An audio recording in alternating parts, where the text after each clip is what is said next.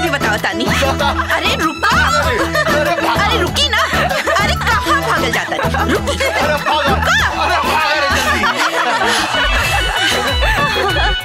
बहुत तंग करत थारू ना। जब ससुराल जेबू ना तब देखब केकरा के परेशान करबो। शीश महल जैसे बिटिया के घर मिली हो, हाई फाई हैंडसम इनके बार मिली हो। शीश महल जैसे बिटिया के घर मिली हो, हाई फाई हैंडसम इनके बार मिली हो। जितना लागी रकम और पीछे हटब न हम, धन दौलत से ससुरा इनकर भर जा।